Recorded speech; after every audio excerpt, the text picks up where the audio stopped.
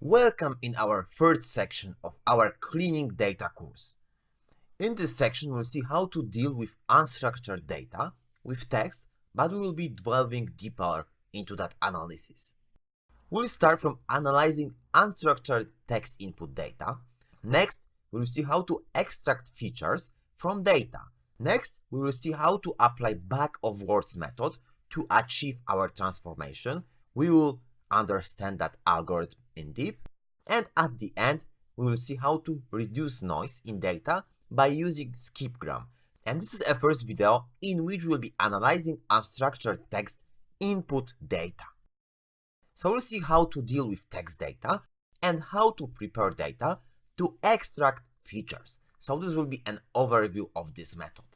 So let's say that we have our array of strings and it ends like swim and like. So we have an array of two elements in this example.